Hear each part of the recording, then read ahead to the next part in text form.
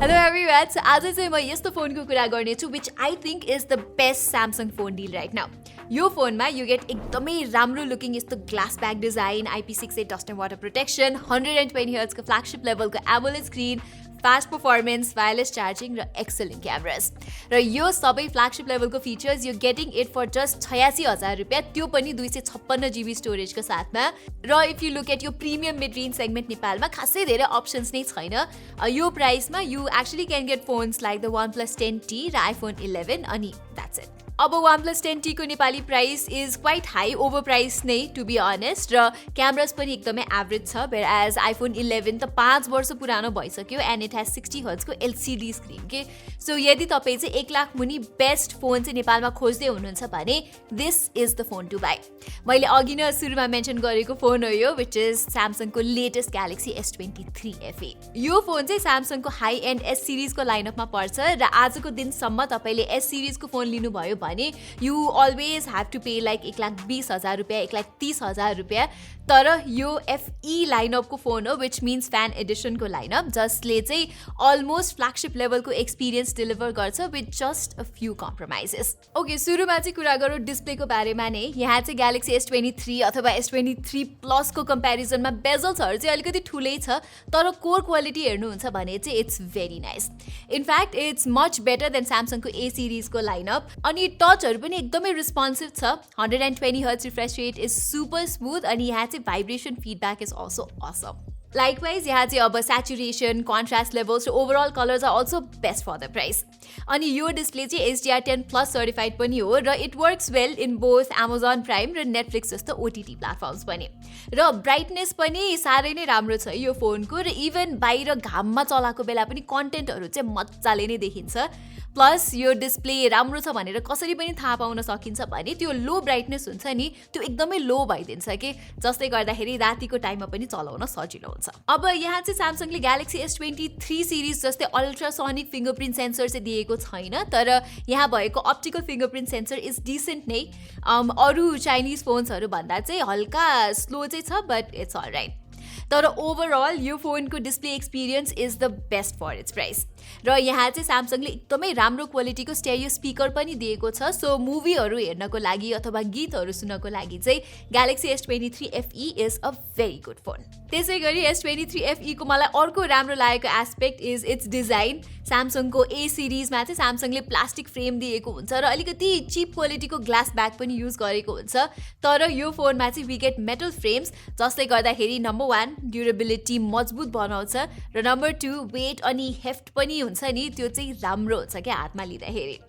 Plus S23 FE ठुलो पनि छैन, S23 जतिको कम्प्याक्ट नभए तापनि हातमा चाहिँ राम्रो ग्रिप बस्छ र वान ह्यान्ड युसेजको लागि पनि सुटेबल नै छ. अनि मैले अघि नै भने जस्तै यो फोनमा IP68 dust and water protection पनि छ. सो डिस्प्ले जस्तै त डिजाइन र build quality is also A+ यो फोनमा. अब चाहिँ कुरा गरौँ पर्फर्मेन्सको बारेमा. यो फोनमा we get Exynos 2200 5G chipset, जुन चाहिँ युरोपियन भेरिएन्टको S22 सिरिजलाई युज भएको थियो करिब 2 वर्ष जस्तो अगाडि. त्यो टाइममा पनि कम्पनीले चाहिँ धेरै नै क्रिटिसिजम पाएको थियो. अब पर्फर्मेन्स थ्रटल हुने, ओभर हिटिङ हुने, गेमिङ पर्फर्मेन्स एकदमै नराम्रो हुने जस्तो इस्यु फेस गरेको थियो त्यो फोनहरूले. तर आफ्टर अल दिस टाइम Samsungले चाहिँ यो प्रोसेसरलाई मल्टिपल लेभलले अप्टिमाइज गरेको देखिन्छ. S23 FE मा पनि सुरुमा मैले हल्का ओभर हिटिङ इश्यूज हुने, पर्फर्मेन्स थ्रटल हुने जस्तो कुरा चाहिँ नोटिस गरेको थिएँ. तर 2 वटा सफ्टवेयर अपडेट्स पछि Exynos 2200 ले चाहिँ निकै स्टेबल पर्फर्मेन्स मलाई दिइरहेको छ. अफ कोर्स Samsungले चाहिँ यो फोनमा Snapdragon 8+ Gen 1 हालिदिएको भए चाहिँ बब्बाल नै हुन्थ्यो. तर त्यो Exynos 2200 को पर्फर्मेन्स इज नट ब्याड. सबै कुरा स्मुथली नै चल्छ, चाहे त्यो मल्टिटास्किङ गर्दा होस् अर इभन गेमिङ गर्दाखेरि नै. र as you can see from this chart, PUBG र even Genshin Impact run smoothly at 60 FPS. अरू फोन भन्दा हल्का तात्न चाहिँ तातिन्छ, तर ओभर हिटिङ नै चाहिँ हुँदैन यहाँ. सो आई थिङ्क यसले डिलिभर गर्ने performance should be fine for most buyers. Likewise यो फोनले चाहिँ Android 17 सम्मको अपडेट पाउँछ अनि त्यो टाइमसम्म त it should perform very well. यो फोनको क्यामेरास पनि it's good for the price नै. यो प्राइस रेन्जमा चाहिँ आउने मोस्ट फोन्सहरू भन्दा यसको फोटोजहरू राम्रो र प्लिजिङ आउँछ. डे टाइममा पनि निकै डिटेल र क्लासिक Samsungको जस्तो फोटो आउँछ. कलर्सहरू भाइब्रेन्ट र स्याचुरेटेड छ र यो फोनले चाहिँ राम्रो क्लोजअप सट्स पनि निकाल्छ. स्टिल अब यो फोनको क्यामेरा क्वालिटी चाहिँ फ्ल्यागशिप ग्यालेक्सी S23 सिरिज जस्तो चाहिँ छैन है। स्पेसली 3x बाट खिचेको पोर्ट्रेट्सहरू चाहिँ सफ्ट र हेजी टाइपको लाग्यो मलाई, र even ultra wide angle camera पनि इट्स नट एज गुड, तर ओभरअल फोटोजहरू राम्रै आउँछ most of the time, both day time र लो लाइट्समा। सेल्फिज र पोर्ट्रेट्सहरू पनि त्यसमा पनि स्किन टोनहरू राम्रै अप्टिमाइज भएको पाउनुहुन्छ तपाईँहरूले, र फोटोलाई जुम गर्दा पनि there is plenty of details to look at. Videography एस्पेक्टमा पनि you can shoot fairly stable 4K 30 FPS footages, र सबै लेन्स बिट स्विच गर्न पनि मिल्छ। सेल्फी क्यामेराबाट पनि राम्रो फुटेजेसहरू आउँछ for vlogging with good contrast र dynamic range. So Galaxy S23 FE ले चाहिँ तपाईँलाई राम्रो क्यामेरा एक्सपिरियन्स डेलिभर गर्छ, द्याट्स फर स्योर। फ्ल्यागशिप जतिको चाहिँ होइन, तर मच बेटर देन 50-60 हजार रुपियाँ पर्ने एन्ड्रोइड फोन्सहरू। लास्टली यो फोनको ब्याट्री लाइफ चाहिँ त्यति इन्ड्योरिङ चाहिँ छैन। जे होस्, घर पुगेपछि चार्जर खोजिहाल्नु पर्ने चाहिँ हुन्छ है। यहाँ चाहिँ अलिकति सानो 4500 mAh सेल मात्रै भएर पनि होला त्यो भएको चाहिँ।